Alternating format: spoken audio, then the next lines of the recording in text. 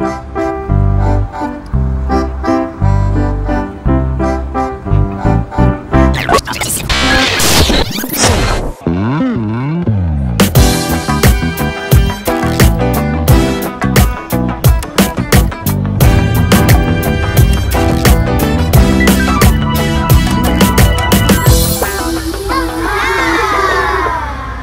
guys! Wala kami sa Europe ha. Nandito pa rin kami sa Hong Kong at nandito kami ngayon sa Hong Kong Zhuhai Macau Bridge, Hong Kong Port. At kaya kami nandito kasi pupunta kami ng Macau at hindi kami magfe-ferry. Magbabas kami. Ito yung mga ways para makapunta kayo dito sa Hong Kong Port. At kami, ang ginawa namin ay nag-MTR kami tapos nag-taxi. Hindi ko siya sinasuggest. It's not for everyone. Yun lang kasi may kasama nga kami na naka-wheelchair. Kaya yun ang ginawa namin. Pero kayo kung mga able-bodied naman kayo, malalakas, mga bata, pwede kayong bumaba sa may Sunny Bay Station. Tapos may lalakarin lang kayo. Medyo mahaba kasi yung lalakarin nyo dun. And then meron ng bus dun going to the port. Yung mga nakikita nyo dyang mga screens, dyan kayo bibili ng ticket using your Octopus card. Ayun, pipila sila doon, no? Ticket, cash. Kung gusto nyo naman ng cash, ayan, meron din naman, pipila nga lang kayo dyan.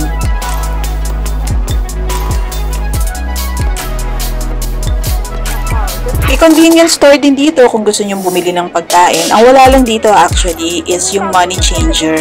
Madaming tao na nagpunta kami to think na I think Wednesday yata yun. So weekday siya. Pero napakadaming tao. Mamaya papakita ko sa inyo. Hindi yung actual kasi hindi ko na na-videohan yung dami ng tao. Pero more or less bibigyan ko kayo ng idea kung gaano karami yung tao.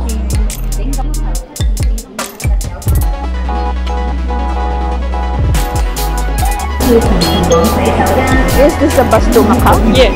Siyempre, kailangan nating tanungin. Ayaw nating maligaw, no? Kasi dalawa yung pwedeng puntahan ng mga tao dito. Isang Macau, tsaka isang Zhuhai. Kaya mabuti na yung nagtatanong tayo. Hindi ko na nakuhanan ng video yung dami ng tao, pero parang ganito siya. Siyempre, hindi ito yun ha, kasi stock footage lang to. Pero just to give you an idea, ito talaga, gantong-ganto talaga kami nun. Kasabayan kasi namin nun, yung mga group tours. Kaya napakarami, iba't ibang salita, iba't ibang kulay, iba't ibang lahi. Alam nyo guys, yung pila namin, inabot kami ng 1 hour. Nakarating kami dun sa Hong Kong Port before 11. Syempre, dumaan pa kami ng immigration, ganyan. Nakasakay kami ng bus, eksaktong 12. And then, mabilis lang naman yung biyahe. Actually, 35 minutes lang yung biyahe from Hong Kong Port to Macau Port. So, at 12:35, bumaba na kami ng Macau.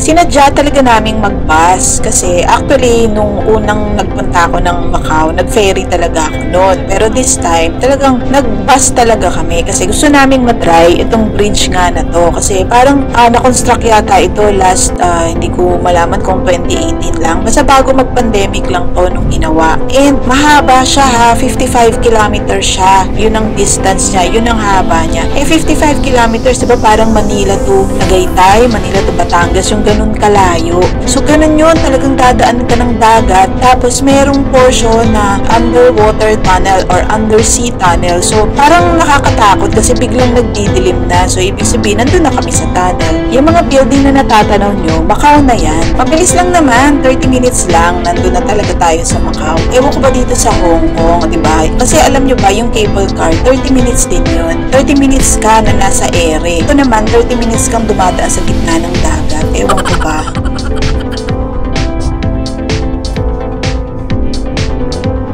O ayan, Davitex na. Naku, walang load yung easy trip ko. Char.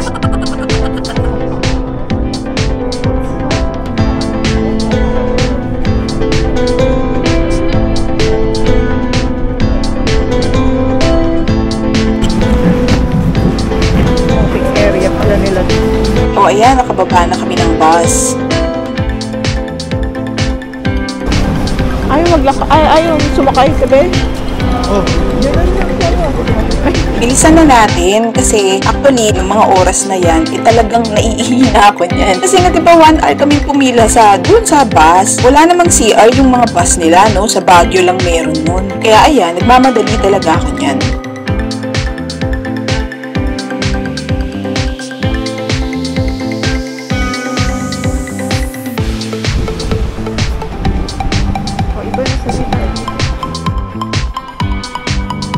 After nyo sa immigration, ayan, pupunta na kayo sa bus stop. Dalawang klase yung mga bus nila ha. Merong isa, ito, kagaya nito, pupunta dun sa city proper. Tapos meron namang isa, pupunta dun sa mga casino or hotels. Walang bayad yon yung mga shuttle na yon ng mga casino. Pero kami, ang pinili namin, yung public bus. Ito kasi yung gusto naming unahin, yung ruins, yung Senado Square, yan. Pag dinaretso nyo yan, may makikita kayong fountain. Yun yung Senado Square. Hindi na lang ako nakapag-video kasi nagugutom na kami niyan. Naghahanap na lang kami talaga ng makakainan.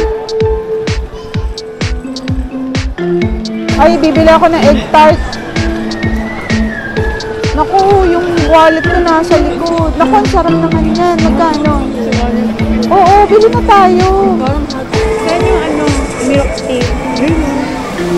Meron silang grapefruit with black tea, honey green tea. Hindi milk tea ang tawag. Ayan, mamili ka. Jasmine, grapefruit, honey green tea. Dalawang grapefruit. 20 also? So I can have one kilo. Yeah, little. Just little one. Yeah. Sarap ko na. Order mo na nga rin kami. Oh, hindi ako marunong. Hindi kami makaintindihan eh.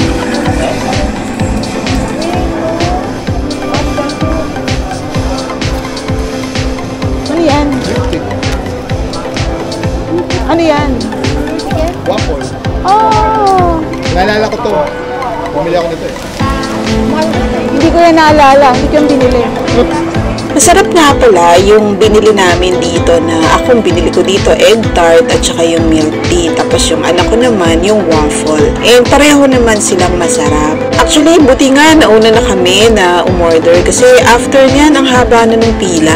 Medyo challenging lang talaga pag nasa ibang bansa ka kasi alam ko nakakaintindi naman din talaga sila ng English and probably baka nahihiya lang silang magsalita din. Pero yun nga, minsan kasi hindi kami magkaintindihan. Siguro hindi nila ako naiintindihan o hindi nila kami naiintindihan kasi iba yung accent ng mga Pinoy. Tapos tayo rin naman mga Pinoy, di natin masyadong mag-gets yung accent nila.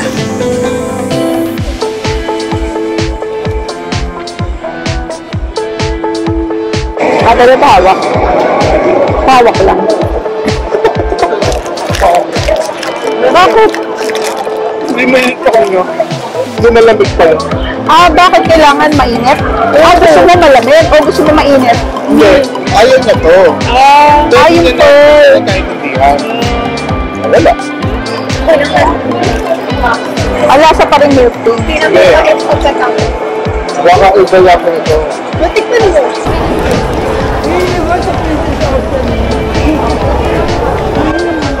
Final episode yun.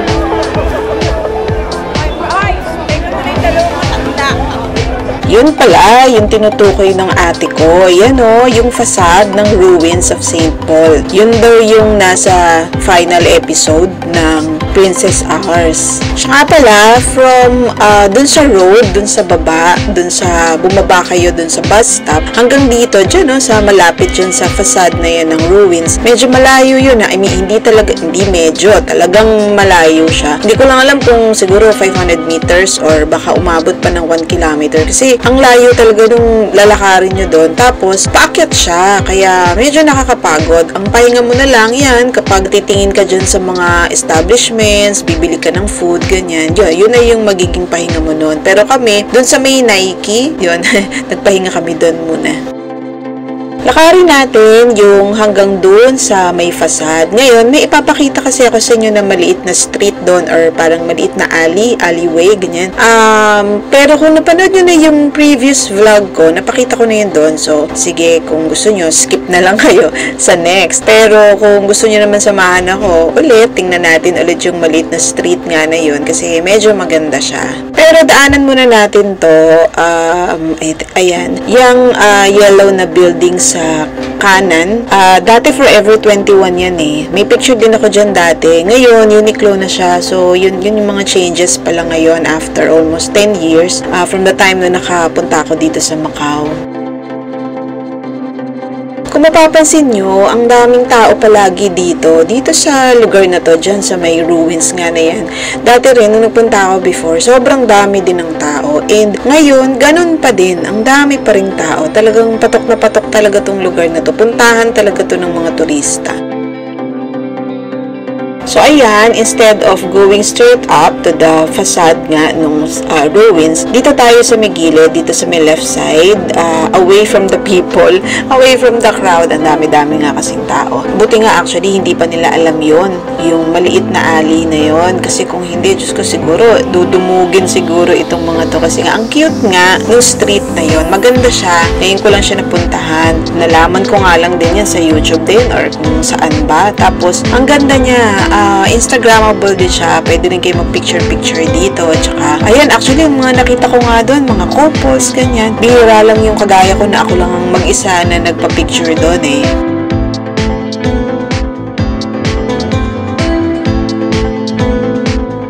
Ayan siya. O, diba? Ang ganda.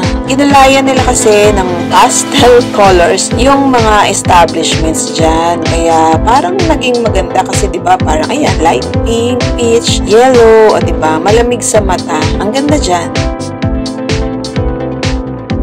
Tapos doon sa secret alley na yon, punta naman tayo dito sa mismong facade ng ruins of St. Paul. Actually, sa likod nito, meron pang museum yon ha. So, pwede nyo puntahan yon. Tapos, pakita ko lang sa inyo yung itsura nung harapan.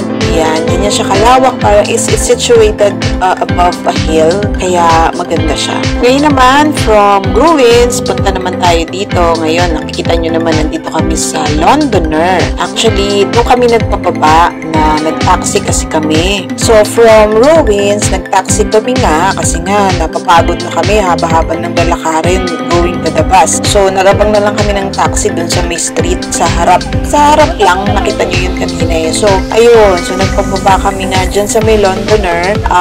Mahal ang pamasahe sa taxi ha. 111 MOP yata yun, if I'm not mistaken. Ang layo din kasi niya. Malayo pala siya. Ay, wala pala. O ano, ganun tulak ko na siya. Mabait siya. Dapat tulak na kita. Walang pang wheelchair eh. Sige, sa akin. Wala na yan. Bababa ko. Ito. Hindi na lang ako ng wheelchair. Actually, dito sa Londoner, madami kayong mga places or spots na maganda magpa-picture. Yun nga lang kami, hindi kami agad-agad nakapagpa-picture dito kasi gusto na namin pumunta doon sa Parisian kasi makikita nga kami doon ng anak ko dahil nagkahiwalay nga kami ng taxi kasi hindi naman kami kakasya dahil ang taxi na nakuha lang namin ay sedan, so that's just good for 5 people including na the driver. Maglilift pa talaga tayo Londoner Court. At dahil first time ko makapunta dito sa Londoner and Parisian, wala pa kasi ito noon nung last na nagpunta ako. So talagang hindi ko pa alam kung paano gagawin dito, paano pumunta ganyan. So as it turns out, mag-lift talaga kayo from Londoner. Aakyat kayo dun sa parang footbridge, dun sa bridge, and then sakay kayo na elevator dito.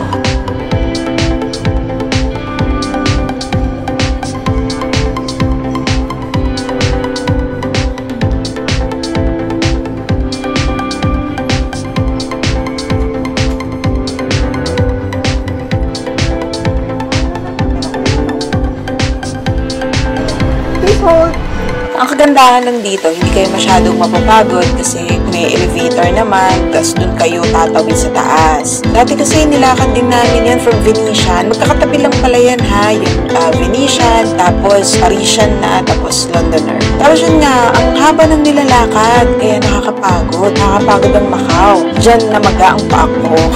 Kaya nga, laking tulong itong bridge na to at saka itong elevator.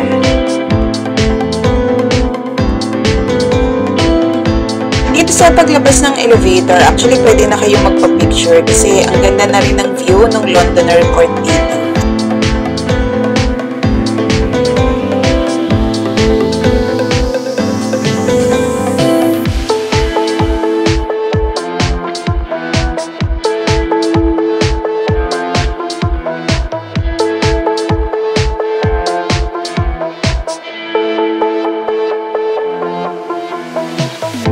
Ang kagandahan ng bridge bridge, naka-aircon siya, so hindi mainit, diba? Dati talagang tarik na tarik ng araw na naglalakad kami. Tapos ito, meron din siyang parang walkalator, so talagang medyo ano na siya, people friendly na siya kasi kita mo tatayo ka na lang dun sa walkalator kasi talagang very challenging, sobrang dami talaga ng nilalakad dito sa Macau.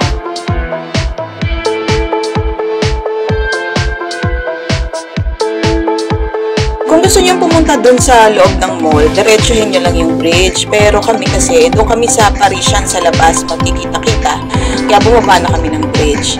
Tapos ito, panibagong lakad na naman, pero hindi naman masyadong malayo ito. Tanaw mo naman na yung tower eh. Ang advice ko lang sa inyo, pag pupunta kayo talaga dito sa Macau, magsuot kayo ng sapatos na comfy. Yung pinaka-komportabling sapatos nyo talaga ang suotin nyo. Kasi talagang alay lakad ito.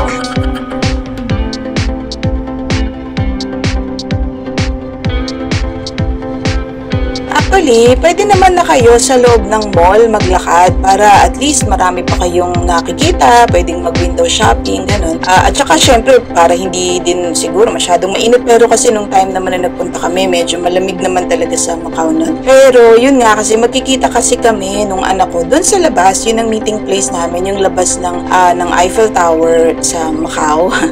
Kaya nandito kami sa labas ngayon. Ganda na dito magpa-picture. Kitang-kita na dito. Picture mo na ako dito, te. Mas maganda mamaya. Oo, iilaw siya. Ang ganda dito sa Macau, talagang ano siya medyo European feels siya, Europe feels, ganun. Diba? Hindi pa ako nakapunta ng Paris, tsaka hindi ko alam kung ganito itsura niya talaga, pero yun nga, ang ganda, parang hindi ka nasa Asia, parang ganun, para ka nasa Europe. Siya nga pala, yung mga SIM card namin dun sa Hong Kong, syempre gumagana siya sa Hong Kong, pero pag nandito ka na sa Macau, hindi na siya gumagana. Kaya kayo, hanggat maaari, huwag kayong maghiwa-hiwalay. Pero kung kagaya namin, talagang no choice, maghiwa-hiwalay talaga. Ang means of communication namin ay through messenger lang na gamit yung wifi sa mall.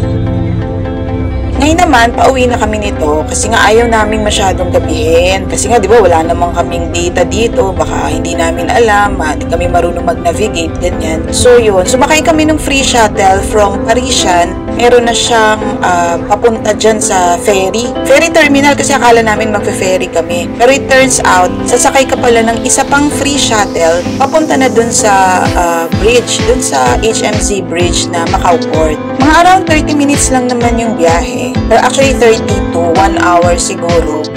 Hanggang dun na sa Macau Port. Ang ganda ng Londoner. Sayang hindi kami masyado nakapagpa-picture dyan. Medyo matipid din itong Macau trip kasi ang dami nilang free shuttle. Actually, ito na lang talaga yung binayaran namin yung bus going to Hong Kong na lang. Usually, puro free naman yung shuttle from the casinos or from the hotels. Nakakapagod magpunta ng Macau. Day trip lang siya, pero nakakapagod siya kasi nga puro lakad. Pero masaya. Actually, sana nga, kung pwede nga lang gawing 2 araw yung pagpunta ng Macau para talagang masulit mo yung Macau trip. And this ends our episode. Sana nagustuhan mo to and I hope you like at saka kung hindi ka pa nakaka-subscribe, I hope you consider subscribing. Thank you!